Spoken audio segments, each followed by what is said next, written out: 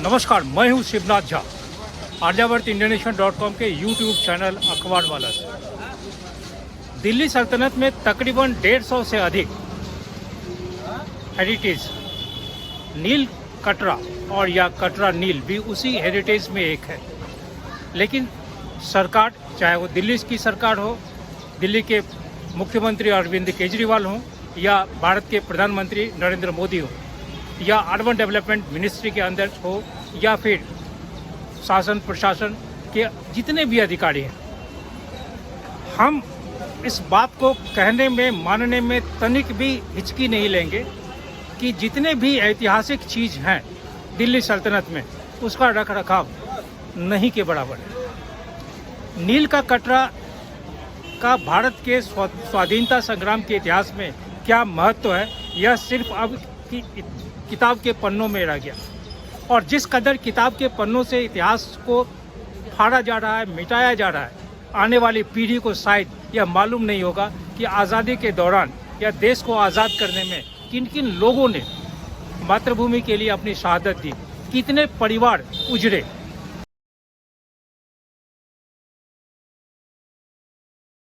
मैं जिस जगह पे खड़ा हूँ, यह जगह नील कटरा है।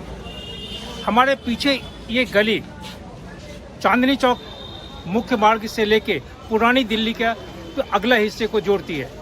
पुरानी दिल्ली से जितने भी सामान हैं इस गली के माध्यम से आते हैं। मैं इस गली में तकरीबन 100 से अधिक लोगों को, खास करके जो दुकानदार हैं, ये पूरा बाज़ार कपड़ों का बाज़ार है। मैं 100 से अधिक दुकानदारों को जो इधर रहते हैं उनसे, जो मजदूर हैं उनसे, सबों से पूछा कि इतिहास में नील कटरा का क्या स्थान है, आप जानते हैं?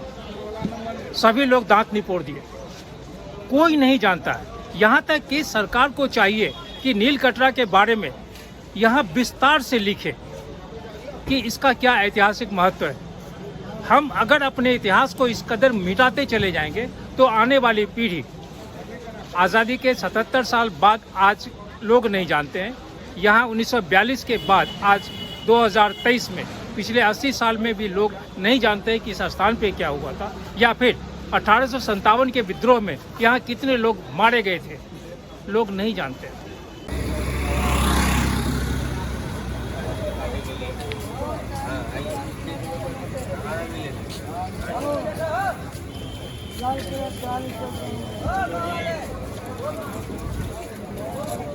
सोनू गया सवारी लेके।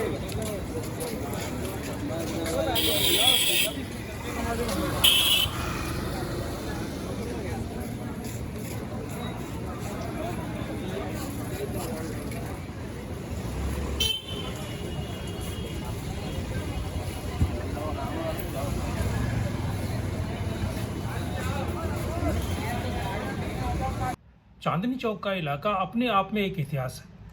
अगर आप बनारस गए हैं और बनारस की गलियों को देखें, उसी तरह अगर आप पुरानी दिल्ली आते हैं और पुरानी दिल्ली में गलियों में प्रवेश करते हैं तो दोनों गलियों में बहुत समानता है। दोनों गलियों में, दोनों शहरों की गलियों में, गली के अंदर जो मकान है उस मकान एक दूसरे से बहुत नज़दीक है। गलियों की चौड़ाई अधिक से अधिक 10 फीट, यह बहुत हो गया। और उस 10 फीट के रास्ते में सभी सवारी गाड़ियाँ, स्कूटर, साइकिल, रेहड़ी, ये सभी चलते हैं।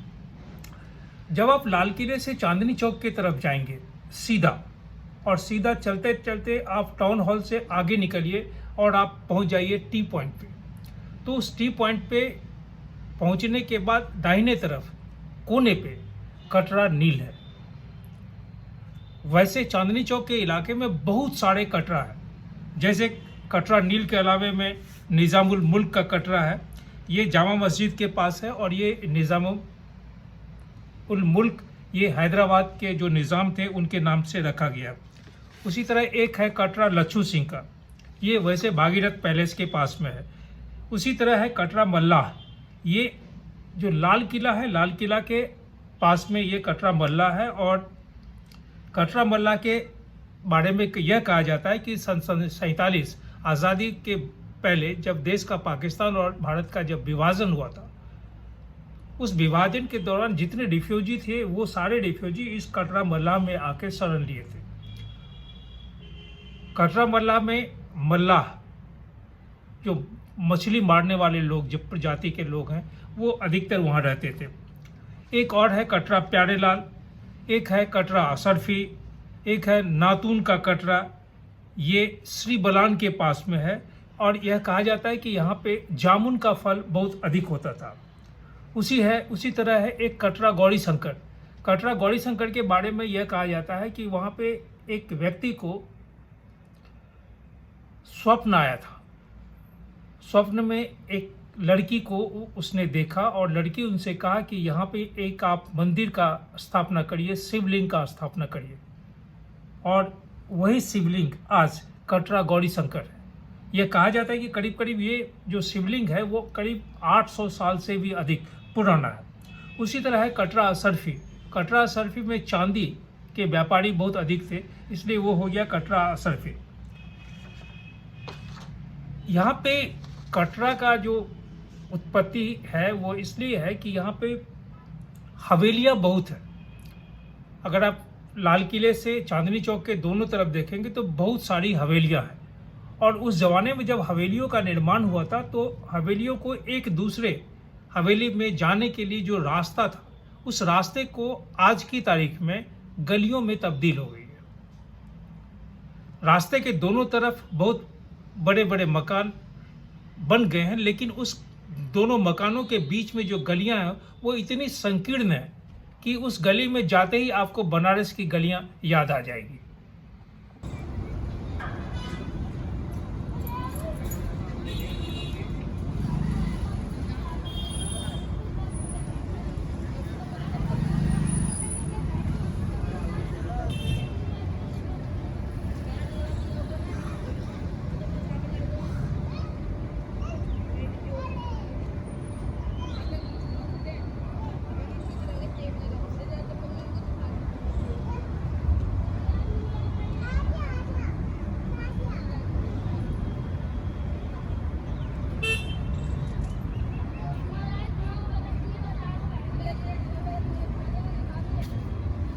चांदनी चौक, कटरा नील और चूनामल, ये तीनों एक दूसरे का पर्यायवाची कह सकते हैं, क्योंकि चूनामल के बिना कटरा नील का कोई औचित्य नहीं है।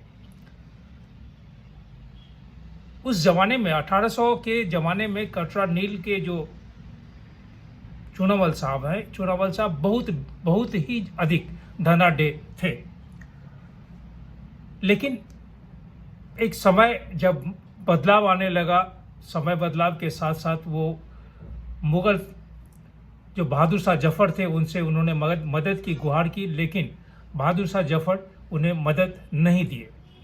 परिणाम ये हुआ कि वो उस क्षेत्र को छोड़ के चले गए। ये सब इतिहास की बातें, इतिहास में बहुत सारी बातें हैं, उन तमाम बातों पे मैं नहीं जाऊंगा। लेकिन एक बात पक्का है कि आज का जो फतेहपुर मस्जिद है, कुछ बातों में चूनामल साहब को आज भी लोग भूल नहीं सकते हैं। चूनामल का मेंशन, कटरा नील में चूनामल का मेंशन आज भी एक ऐतिहासिक मेंशन है। फतेहपुर मस्जिद को बचाने में चूनामल का जितना हाथ है शायद किसी का रहा होगा, या ये यूँ भी कह सकते हैं कि चूनामल साहब ने फतेहपुर मस्जिद को बचाया था। उन्होंने 19,000 रुपये में, उस जमाने में 19,000 रुपये में फतेहपुरी मस्जिद को खरीदा था जब उसका नीलाम कराया गया था। उस जमाने में 1857 के आसपास में हुआ यूँ था कि अंग्रेज़ों ने उस पूरे क्षेत्र से, चांदनी चौक का जो पूरा इलाका है, उन तमाम इलाकों से मुस्लिमों को, जो मुसलमान थे, उन तमाम लोगों को वहाँ से खदेड़ भगाया था। लोगों के पास दूसरा कोई विकल्प नहीं था, लोग वहाँ से निकल के चले गए थे और चले जाने के कारण ही यह जो मस्जिद है वो अकेला हो गया था, खाली हो गया था, उसको देख रेख करने वाले कोई नहीं थे। तभी अंग्रेज़ों ने उस मस्जिद को, फतेहपुर मस्जिद को नीलाम करने की बात की और चूनामल साहब ने उसे खरीदा। 1857 के करीब 20 साल बाद 1877 में फिर अंग्रेजों ने मुसलमानों को उस क्षेत्र में आने की अनुमति दी, यानी बैन लिफ्ट हुआ। 1877 के आसपास में ही दिल्ली दरबार लगा था, जिसमें क्वीन विक्टोरिया को भारत का इम्प्रेस ऑफ इंडिया ये प्रोक्लेमेशन डिक्लेयर हुआ था। तो फिर धीरे धीरे 1877 के आसपास ये तमाम जो क्षेत्र हैं और तमाम जो कटरा हैं वो फिर अपने अपने जगह पे वापस आने लगे। आज चांदनी चौक और पुरानी दिल्ली के बीच जो गली है कटरा नील का, जहां दाहिने तरफ में चूनामल साहब का विशाल मेंशन है, उस तमाम क्षेत्र में करीब करीब 150 से अधिक, या आज की तारीख में बोलेंगे कि करीब करीब 250-300 दुकानें, छोटी छोटी दुकानें तो बन गई, गलियां भी हैं। गलियां पुरानी दिल्ली और जामा दरियागंज की जो दूरी है वो गली पूरी कम कर दी है, बहुत कम कर दी है कि हम जितना चक्कर लगा के बाहर से आएंगे वो दूरी कम हो गई। लेकिन इस दूरी को कम होने के साथ साथ कटरा नील का जो ऐतिहासिक महत्व था, कटरा नील में जो घटनाएं हुई थी, चाहे वो 1857 में हुआ हो, चाहे 1942 में हुआ हो, वो इतिहास के पन्नों में धीरे धीरे दफन होता चला गया। आज स्थिति यह है कि कटरा नील में भारतीय स्वाधीनता संग्राम या 1857-1947 के बीच उस जंगे आज़ादी के दौरान जो घटनाएं हुई थी, कटरा नील का जो इतिहास के पन्नों में स्थान होना चाहिए था, वो स्थान आज नहीं है।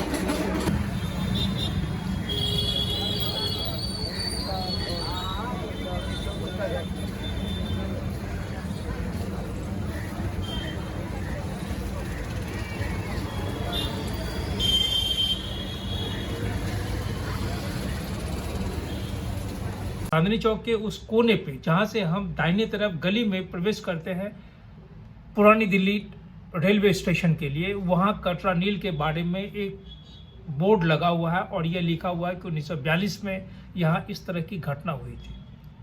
महज यह एक फॉर्मेलिटी है।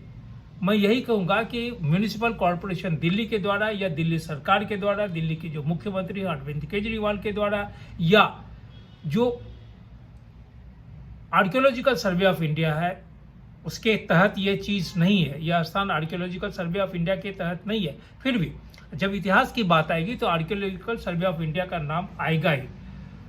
होना ये चाहिए कि उस स्थान पे कटरा नील के बारे में, वहाँ जो घटनाएं घटित हुई उसके बारे में बहुत ही उम्दा, बहुत ही बेहतरीन तरीके से वहाँ पे लिखा होना चाहिए। लिखा हुआ तो टाउन हॉल के सामने में भी जिस तरह से एक सामने एक बोर्ड पे लिख के रखा हुआ है, वो भी इस बात को दर्शाता है कि आज़ाद भारत में या आज़ादी मिलने के बाद दिल्ली सल्तनत में जितने भी हुक्मनाम, जितने भी राजा महाराजा, मतलब मंत्री शंत्री, राजनीतिक नेता या जो भी अधिकारी पदाधिकारी, चपरासी, जो भी लोग आए, उनको किसी को कोई मतलब नहीं है कि आज़ादी के दौरान उस क्षेत्र का, उस स्थान का क्या महत्व था। आज जहां टाउन हॉल है, टाउन हॉल 1863 में बना, 1863 से आज 2023, आप साल का अंदाजा लें। टाउन हॉल से करीब करीब 500 कदम की दूरी पे एक दूसरा भवन है जो पहले टाउन हॉल था। टाउन हॉल से बनने से पहले जो दिल्ली के बारे में, जो नगर निगम के बारे में सारे कागजात, सारे क्रियाकलाप उसी घर में होता था। आज स्थिति यह है कि वहाँ पे बहुत ही दर्दनाक, दयनीय उस भवन की स्थिति है। विशालकाय पीपल के पेड़ निकले हुए हैं। गली के नुक्कड़ पे और जो पेड़ है वहां पे पेशाब खाना है। पेशाब खाना से इतना ज़्यादा दुर्गंध है कि आप उधर से जा नहीं सकते, लेकिन वो रास्ता फिर मेट्रो स्टेशन को मिलाती है। उस स्थान से सामने एक बहुत बड़ा मैदान है। मैदान तो है, पेड़ पौधे भी है, हरियाली भी है, लेकिन वहां पे जितने घृणित कार्य होते हैं शायद दिल्ली में और कहीं होता होगा। चरस, गांजा से लेके और अन्य जितनी भी बातें हैं उस क्षेत्र में होता है।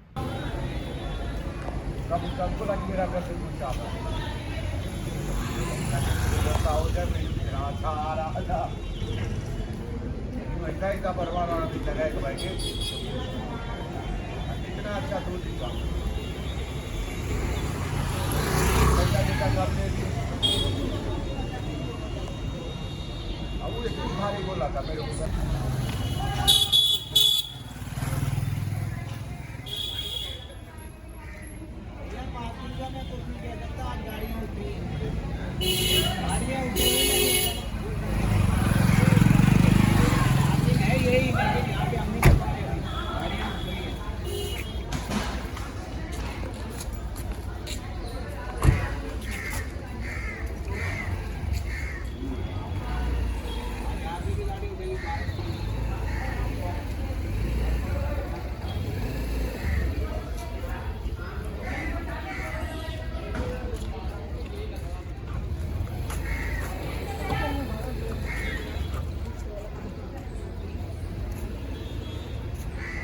पीछे नील कटरा का प्रवेश द्वार था।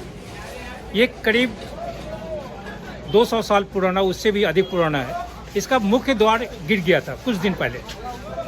इसकी मरम्मत करके फिर इसे रंग दिया गया। लेकिन अगर दिल्ली की सरकार को कहा जाए तो उनके सचिवालय में जिस तरह उनके लिए संगमरमर बिछा होता है, दिल्ली सचिवालय में जाने के बाद जिस तरह से रौनक दिखता है, इस इतिहास को मिटाने के लिए छोड़ दिया गया। यहाँ तरीका यह था कि इस गेट को, इस प्रवेश द्वार को इतने बेहतरीन तरीके से बनाया जाता ताकि ये अगले 100, 200, 500 साल तक रहता, लेकिन इसे सिर्फ प्लास्टर कर इसे लाल रंग से रंग दिया गया ताकि हम यह समझ लें कि यह बहुत पुराना है।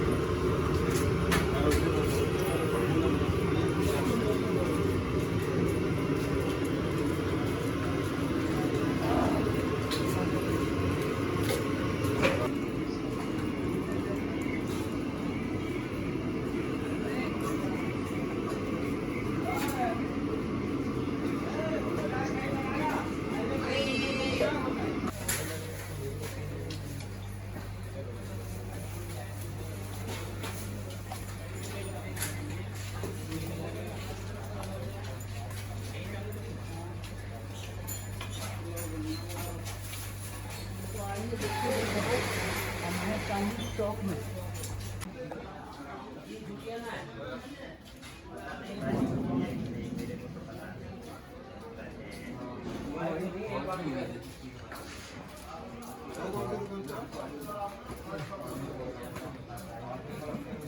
चांदनी चौक से पुरानी दिल्ली इस करीब 2 किलोमीटर को मिलाने वाली इस गली में कटरा नील की इस गली के इस नुक्कड़ पे मैं अभी खड़ा हूँ, जहाँ से मेरे पीछे पुरानी दिल्ली नई स्टेशन है, रेलवे स्टेशन।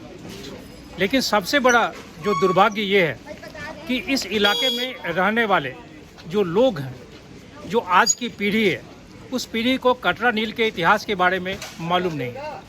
कटरा नील में आज भले वस्त्र के मामले में, कपड़ों के मामले में बहुत बड़ा बाजार है। पूरे भारतवर्ष ही नहीं, पूरे विश्व में यहाँ से कपड़े निर्यात आयात होते हैं। लेकिन कटरा नील का जो इतिहास है, वो इतिहास शायद आज की पीढ़ी नहीं जानती। मैं बहुत लोगों से, बहुत जो करीब 20, 22, 25, 30, 40 साल की उम्र के लोग हैं, उनसे मैं पूछा कि कटरा नील का इतिहास क्या है। कोई कहते हैं यहाँ कपड़ा मिलता है, कोई कहता है यहाँ बहुत मंदिर है।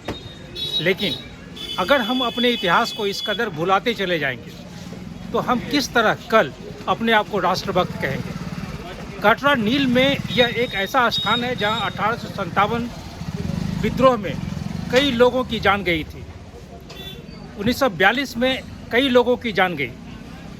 42 तो आज की बात है, लेकिन 1857 में जो कांड हुआ था अंग्रेज़ों के खिलाफ, जो भारतीय क्रांतिकारी, शायद उन क्रांतिकारियों को यहाँ के लोग ही नहीं, दिल्ली सल्तनत के लोग, दिल्ली सल्तनत में या केंद्र सरकार में जो लोग बैठे हुए हैं, वो लोग भी नहीं जानते हैं कि यहाँ किन किन लोगों की शहादत हुई।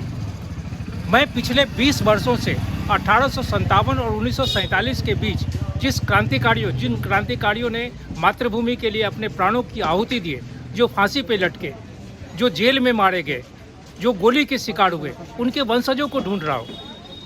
अभी तक मैं 75 वंशजों को ढूंढा हूँ अकेले। मुझे फ़क्र है अपने आप पे। और 7 किताब से 7 वंशजों को नई जिंदगी दी। कटरा नील भी उसी में एक है। यह अलग बात है कि कटरा नील में जो संपत्ति है वो एक खास व्यक्ति की है, जो आज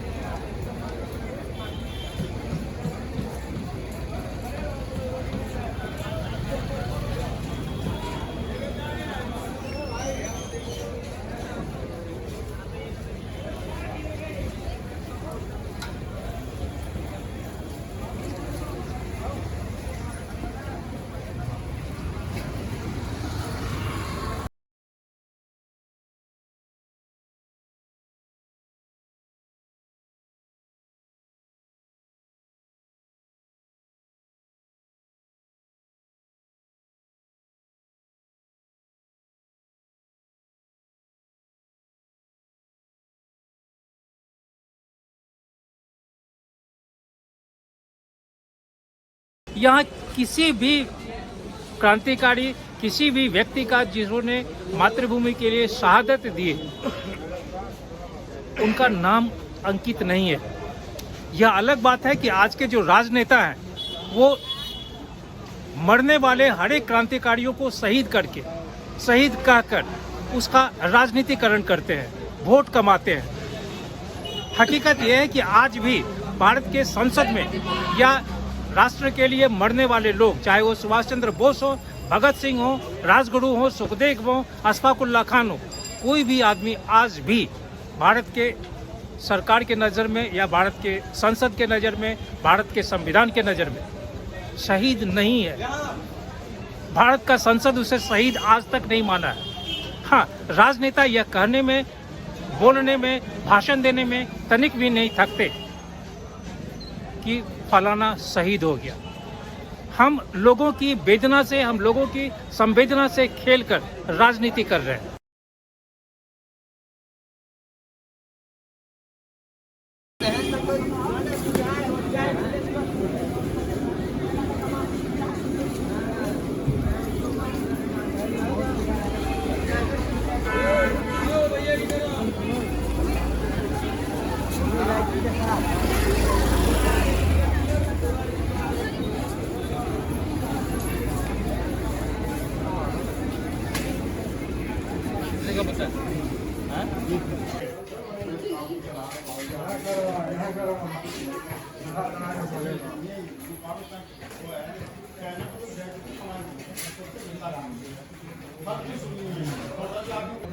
और अगर 12 बजे वो दर्शन करके आते हैं उनको बोलो अभी हाथ क्या मुझे साड़ी दे जाओ, और जब तक वो साड़ी दे रहे तब तक खाना खाओ, फिर साड़ी बदलती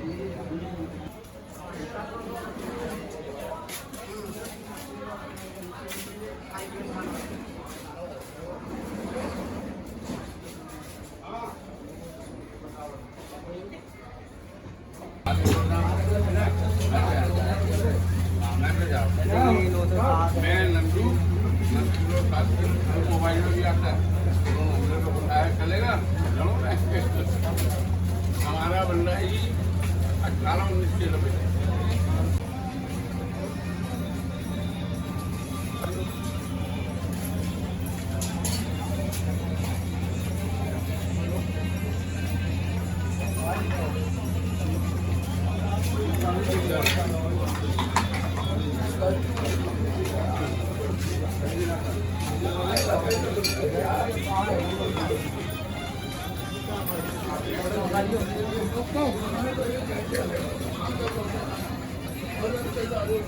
चांदनी चौक से पुरानी दिल्ली इस करीब करीब 2 किलोमीटर को मिलाने वाली इस गली में, कटरा नील की इस गली के इस नुक्कड़ पे मैं अभी खड़ा हूँ, जहाँ से मेरे पीछे पुरानी दिल्ली नई स्टेशन है, रेलवे स्टेशन।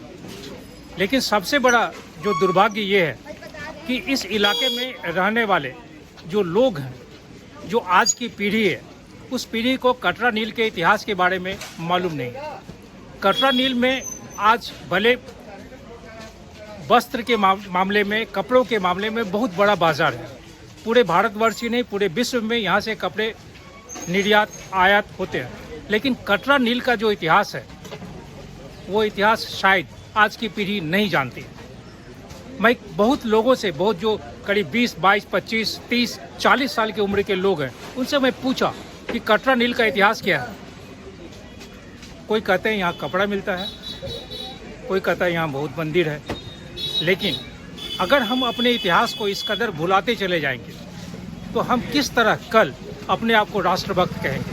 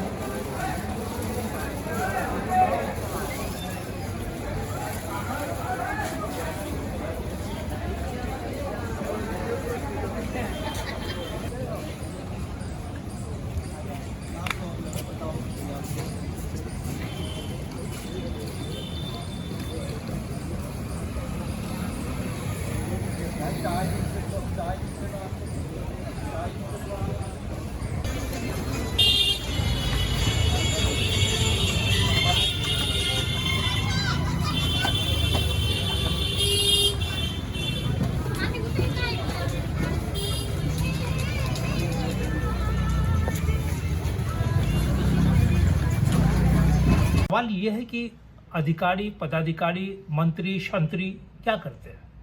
अब मैं ये नहीं कहूँगा कि अरविंद केजरीवाल साहब को छड़ी लेके घूमना है, लेकिन अरविंद केजरीवाल या दिल्ली शासन के जो लोग जहाँ डेलीगेट किए हैं पावर को, जो जिसे देखने के लिए ये डेलीगेशन ऑफ अथॉरिटी है, वो अथॉरिटी या वो जो अधिकारी हैं वो कहाँ हैं। हालात ये है कि दिल्ली शहर में सिर्फ और सिर्फ वही पुरातत्व आने वाले दिनों में जीवित रहेगा जो पैसा कमाता है या जिससे दिल्ली का जो शोहरत है वो बढ़ता है। जो भी लोग दिल्ली आएंगे वो सीधा इंडिया गेट पहुंचेंगे, कुतुब मीनार पहुंचेंगे, लाल किला पहुंचेंगे। अब तो चूंकि इंडिया शब्द या मुगल शब्द या मुस्लिम शब्द नाम लेते ही अब कि आज की राजनीति कुछ अलग हो गई है, यह कहना बहुत मुश्किल है कि आने वाले दिनों में क्या होगा। लेकिन एक भारतीय होने के नाते, एक इंडियंस होने के नाते हम जरूर ये हमारी कोशिश होनी चाहिए कि हमारे आज़ादी के दौरान जो जो ऐतिहासिक स्थान है उसे हम सुरक्षित रखें। उसे अगर वो सुरक्षित नहीं रहा, हम अगर उसे मिटाते चले गए, किताबों के पन्नों से ख़त्म करते गए, तो हम इतना ही कहेंगे कि हमारी वजूद समाप्त हो जाएगी। हम जिंदा तो जरूर रहेंगे शरीर से, लेकिन हम मस्तिष्क से मृत रहेंगे।